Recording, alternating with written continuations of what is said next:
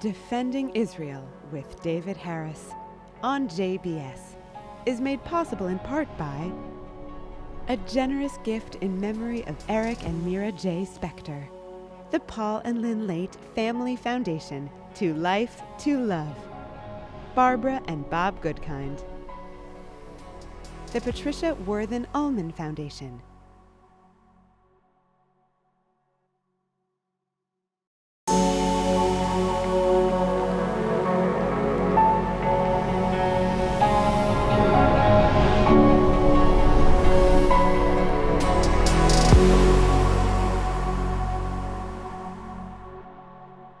Hello JBS viewers, I'm David Harris, and this is Defending Israel. Every year the Oxford English Dictionary chooses its word of the year. In 2016, the word that they chose was post-truth. And since October 7th, 2023, we have been seeing that post-truth world very much on display. Post-truth as in lies, half-truths, misinformation, disinformation, the list goes on. So let's spend the next few minutes talking about truth, because truth still matters. Yes, facts still matter, with all due respect to the Oxford English Dictionary. I would still rather live in a truth society than a post-truth society. We have been bombarded and besieged since October the 7th by all kinds of outrageous assertions, by inversion of history, of morality, go down the list. First of all, we're told Israel is a colonial settler state. There is no indigenous connection of the Jewish people. Somehow we emerged originally from Poland or Brooklyn or wherever. No. The truth of the matter is the Jewish people originated in what is today the land of Israel. It's a story of some 4,000 years. It's a story that's largely unparalleled in history. The Bible tells the story, perhaps the most read books in the world. Archaeology tells the story. And yet we're being told we don't even belong there. We're outsiders, we're interlopers, we're crusaders. Well, the fact of the matter is we are an indigenous people to the region. No, we did not begin the Jewish journey in Bialystok or in Warsaw or in Budapest or for that matter in Rabat or Casablanca or Tunis. It began there. That's number one. We're told no, the Jews began with the Khazar kingdom in Central Asia in the 8th or 9th century. No, again, that's a diversion, that's a distraction from the truth. We're told perhaps that Jesus himself was not a Judean Jew, but has somehow been reimagined as a Palestinian, when the word Palestinian did not even exist in his lifetime, and when, yes, he was a Jew from birth to death, but that too was being appropriated from us. We're told Jerusalem has no Jewish roots. In fact, Yasser Arafat, in one of his last conversations with President Bill Clinton around the negotiations for a two-state agreement, told President Clinton the Jews have no connection to Jerusalem. Are you kidding me? The story of King David and the reunification of Jerusalem as the capital city of the Jewish people some 3,500 years ago? Are we to be taken for fools, for village idiots? As if in the post-truth world, anyone will believe anything as long as it fits their historical narrative? We're told that Israel's an illegitimate state. Illegitimate?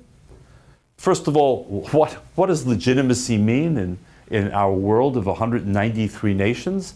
Shall we go through a list of countries from A to Z to establish what is their legitimacy to exist? Israel's legitimacy begins thousands of years ago, as I said, and in the modern era, it has had more layers of recommendation and approval than just about any other nation on earth. And yes, it does exist. That too is its legitimacy. Shall we look at the legitimacy of countries like the United States and Canada, or Australia and New Zealand, or the countries of Latin America that were conquered by the Spanish and the Portuguese? Or how about closer to home, shall we look at the legitimacy of a number of Arab states? Could someone please explain to me what exactly is the legitimacy of countries like Jordan and Iraq? Or were they just figments of a colonial imagination in Paris and London, which were the two dominant colonial powers in the Middle East for so many years in the 20th century? So yes, Israel is every bit as legitimate as any other nation on earth, and I would submit if there are layers of legitimacy, it is far more so. By the way, in the same year, 1947, that Israel, the idea of a Jewish state was recommended by the United Nations General Assembly. The emergence of India and West Pakistan and East Pakistan emerged too. Pakistan came out of nowhere. It was an attempt to create a national solution for a largely Muslim population, which it was feared would not be safe and secure in India. And so suddenly you have Pakistan divided between West and East. Today, East Pakistan is a separate country, Bangladesh. What exactly is the legitimacy of these countries other than the fact that they were created over time in specific circumstances and they exist? So, yes, let's get real. Israel is a country with as much, if not more, legitimacy than any other nation, just as the Jewish people are indigenous. But thirdly, Israel is a country that from day one has sought peace. Peace. Shalom. Peace. Salam. Peace. No, it is not the warmongering state that others have tried to portray it as, demonically, of course, in their purposes. But look at the record. Look at Israel's Declaration of Independence in 1948. Look at the outstretched hand that it offered to its neighbors, saying, let's live in peace. Let's together build this region and fulfill its potential. But let's look at the response. It's unavoidable and it's unmistakable. The outstretched hand was met with a rejection.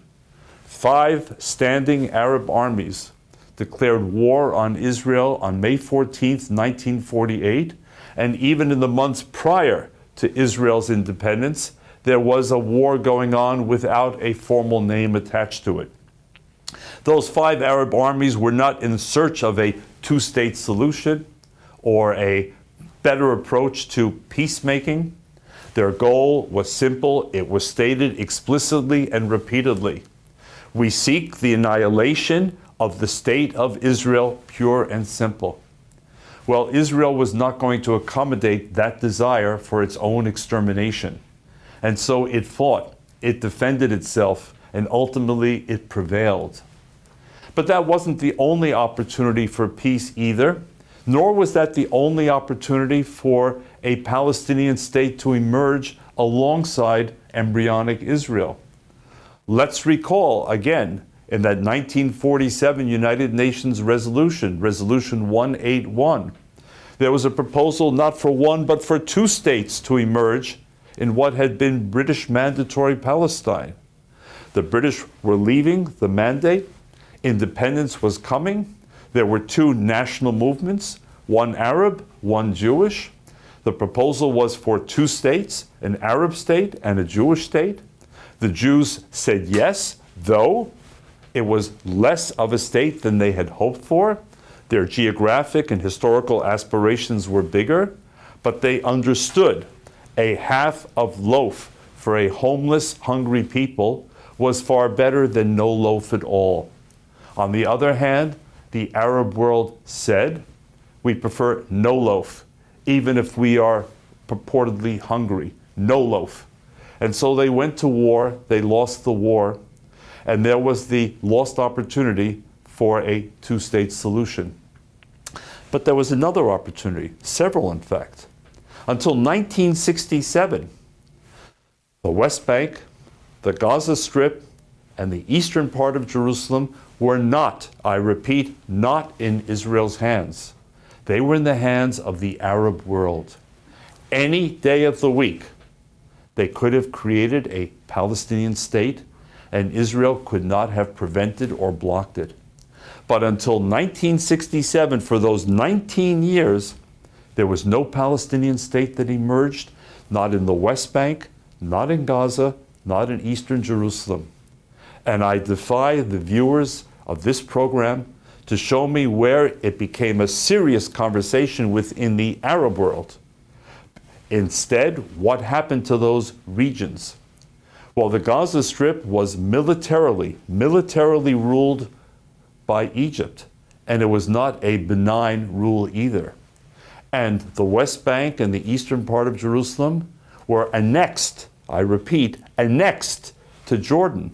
Jordan believing at the time that it should be an integral territorial part of the sovereign state of Jordan. So where was the concern for Palestinian nationalism?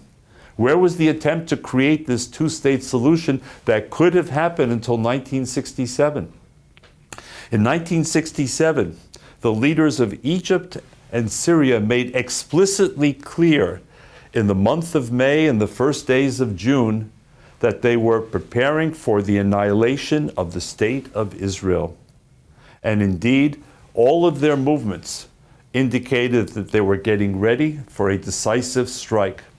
They even told the United Nations to remove its peacekeeping or buffer force, which was in the Sinai. And the UN did it without even the agreement of Israel, one of the parties to this. They blocked Israeli shipping as well, which is considered an act of war. And so war ensued in 1967, and again Israel emerged as victorious.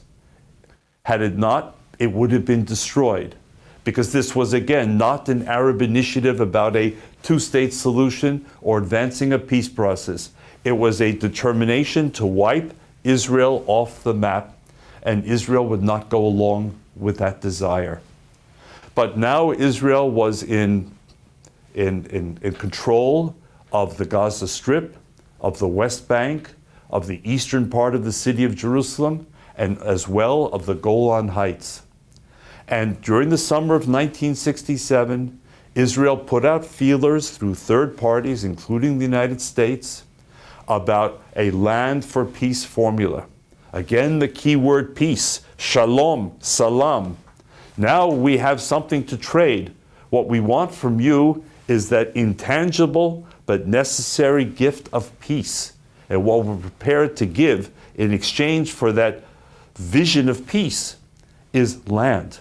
The only thing that we insist on holding on to are the Jewish holy sites, which were in the Jordanian-controlled part of Jerusalem, and which despite the agreements of the armistice of 1948-49, the Jordanians never gave Jews access to those holy sites. Indeed, they destroyed so many of the synagogues in the old city of Jerusalem. So that's it.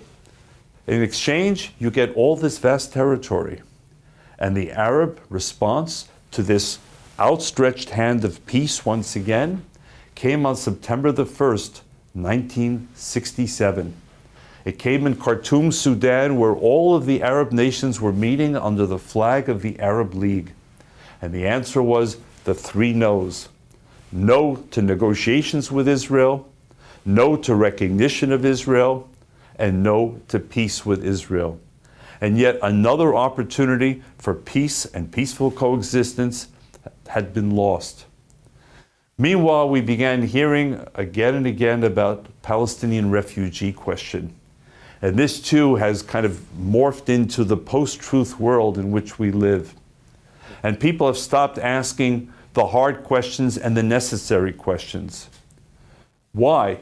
Why has this Palestinian refugee question continued from 1948 to 1967 until the present? Why is it that in 1948, 49, or 1950 actually, when UNRWA, the UN Agency for Palestinians, was first established, there were some 700,000 Palestinians registered as refugees? Why in the year 2024, are there an estimated 5.9 million refugees on the UNRWA rolls. Is it because Israel has somehow created that many more refugees? No, not at all. Many of the original refugees have passed on. After all, 1948 was a long time ago. But UNRWA has included a definition of refugee which is unique in the world and does not apply to any other refugee population on the planet. And that is that Palestinians can pass on their refugee status from generation to generation to generation to generation, and that's exactly what's happened. Moreover, UNRWA, unlike the other refugee population which is administered by the United Nations High Commissioner for Refugees, tens of millions of people falling under that UNHCR mandate, in the case of UNRWA, there is no mandate to resettle Palestinian refugees. Keep them in their camps from generation to generation. Keep them with the mindset that they are refugees, that they are dispossessed, that they have grievances, and teach them in UNRWA-operated schools that they will one day return and take over their homes, their alleged homes, and displace Israelis and remove Israel from the map. But no, we were told in our post-truth world, UNRWA does none of that. UNRWA is just a straightforward, straight-shooting humanitarian organization. But what did we learn after October 7th? UNRWA is complicit in so many ways with the Palestinian struggle, the Palestinian movement, that UNRWA employees have overlapped with Hamas, that UNRWA schools are teaching hate, that UNRWA facilities are masking Hamas and other terrorist infrastructure. That's all come out. But even after 1967, Israel did not give up either with its search for peace. We can fast forward to 2000, 2001. Ehud Barak is the prime minister. The most left-of-center Israeli government in decades, working closely with President Bill Clinton and his administration to try and achieve a historic two-state agreement with compromise even on the most sensitive issues involving Jerusalem. And in the end, Yasser Arafat, as I said earlier, scoffed at the idea that Israel had any link to any part of Jerusalem and walked away from that, what should have been, tantalizing two-state deal. For Arafat, it was more important to continue the struggle than to find the solution. And the Palestinian people paid the price yet again. And then fast forward to 2008, when Ehud Olmert, again leading a left-of-center Israeli government, though he himself had originally come from the right, but he had shifted politically. And he tried to go even a step beyond Ehud Barak. And yet, the answer from the Palestinians, now led by Mahmoud Abbas after Yasser Arafat passed away, was no. No. In effect, it was no answer, but no answer means no. So the notion that Israel is not interested in peace defies history, it defies truth, it defies the facts. And at the same time, we're now fed other issues, particularly in the post-October 7th environment. We're now being told that Hamas is about resistance. Resistance? Resistance to what? Do they want us all to forget that in 2005, seeing no prospect for a peace partner, Prime Minister Ariel Sharon unilaterally withdrew every last Israeli soldier and settler in Gaza, in some cases forcibly, as the videos show time and again? Everything was removed from Gaza except for the hothouses that Israel left as a gesture of goodwill to help jumpstart the Gazan economy, hoping that Gaza, a small strip of land on the Mediterranean, might actually eventually turn into a Dubai or a Singapore, a prospering city-state. But by 2006, Hamas was in control. By 2007, they had ousted any competitor for that control, and they've been in control until 2024. What exactly are they resisting? Israelis who don't live in Gaza, who don't want to return to Gaza, who wanted to live in peace with Gaza after the Israeli withdrawal in 2005? What exactly is this resistance other than this tantalizing word for protesters who believe it elevates their sense of virtue and purpose in life? And they also want us to forget in this post-truth world that Israel not only has a right to defend its own borders, its own citizens, but is not the only neighboring state of Gaza. They want you completely to forget that Egypt also has a border with Gaza, and that Egypt has no more interest in seeing Hamas flourish than Israel does. Because for Israel, Gaza is about one thing. It's not resistance or any of those other tantalizing words that people use in those protests. It's about annihilation. It's about extermination. It's about destruction of Israel and of the Jewish people. The Hamas Charter in 1988 was replete with anti-Semitism. And yes, those who want to make a distinction here between anti-Zionism and anti-Semitism are going to have a lot of difficulty if they actually take the time to read what the Hamas Charter says and what Hamas leaders have expressed and what the guiding Muslim Brotherhood ideology also gives expression to. Because Hamas is an outcome of the Muslim Brotherhood, founded nearly a century ago. And that Muslim Brotherhood wants to establish an Islamic caliphate. It has no interest in liberal democracy. It has no interest in women's rights or gay rights or the kinds of political freedoms that we in the West are used to. Not at all. And one of its leading intellectualites, Yusuf Qaradawi, has said on the record that the purpose of the Muslim Brotherhood is to complete the job that Hitler began vis-a-vis the Jews, while also seeking to establish this broader Muslim caliphate. That's what Israel is up against. And Egypt understands the Muslim Brotherhood as well as any country on the planet, because the Muslim Brotherhood was born in Egypt nearly a century ago.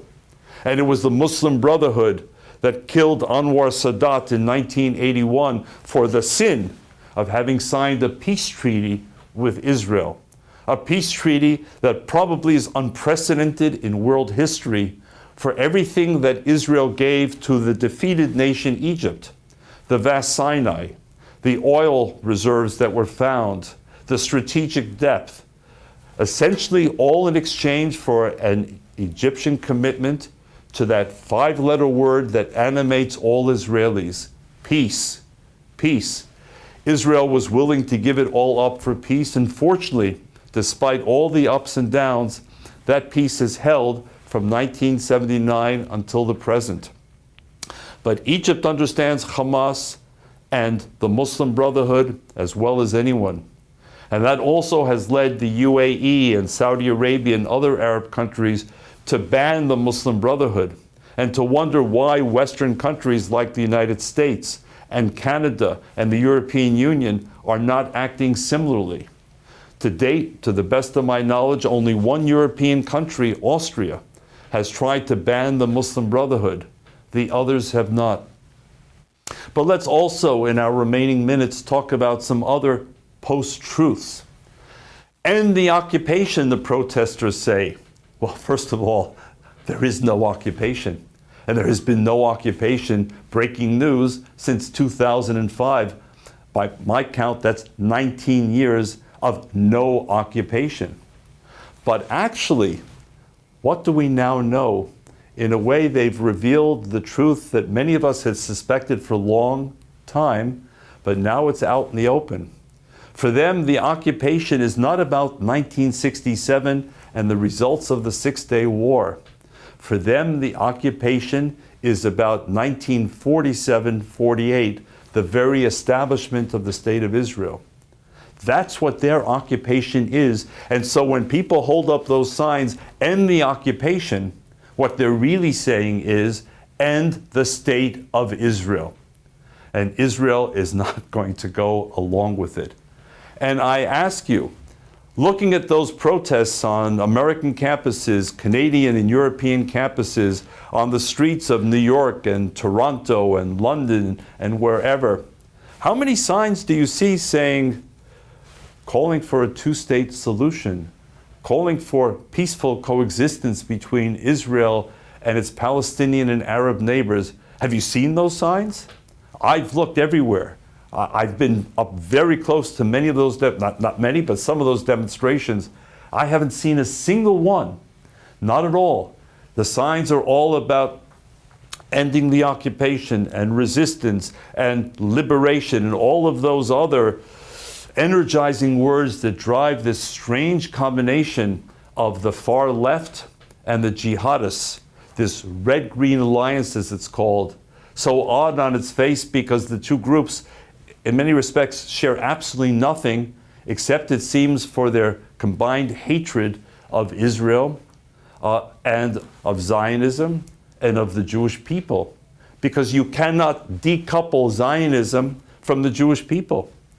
We as a people are built on a foundation of a land, a faith, and a people.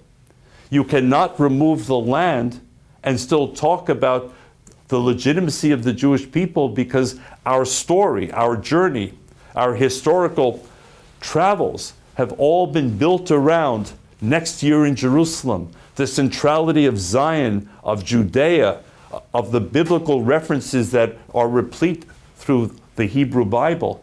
Oh, and by the way, even the Quran, if one reads it or even reads about it, has dozens of references that acknowledge the link between the Jewish people and the land. So, end the occupation. If it means ending Israel, it's a non-starter, very obviously.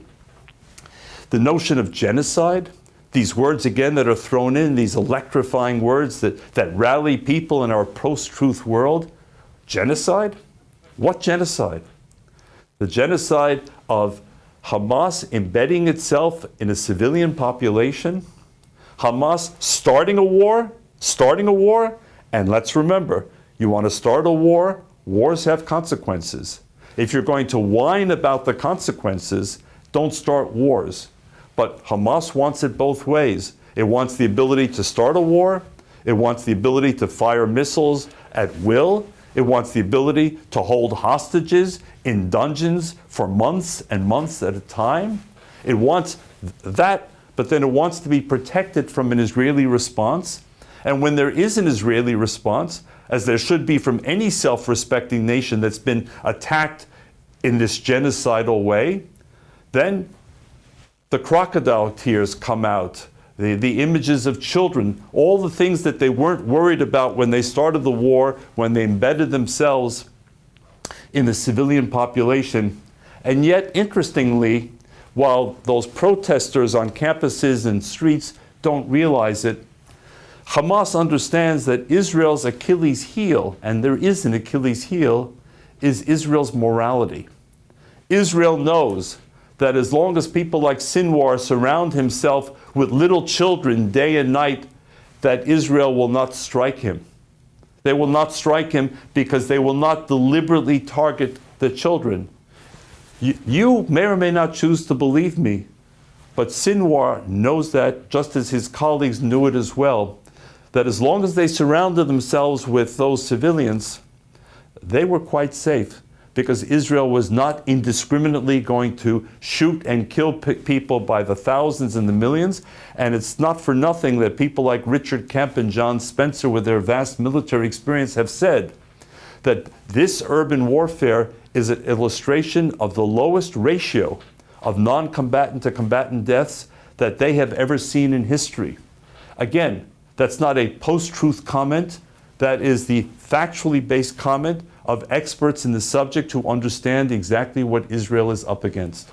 So, in sum, though, there's so much more that I wish I could say about the post-truths, the misinformation, the disinformation, the outright lies, the half-truths. I am proud to stand with Israel. I hope that not only Jews, but all people of goodwill will understand that Israel wants nothing more than to seek peace, to live in peace with its neighbors, to establish coexistence with all of its neighbors.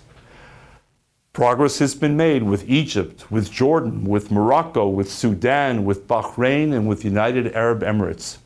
And I hope and pray that one day soon, those in Gaza, those elsewhere, will understand that peace is the pathway, not war, not conflict, peace.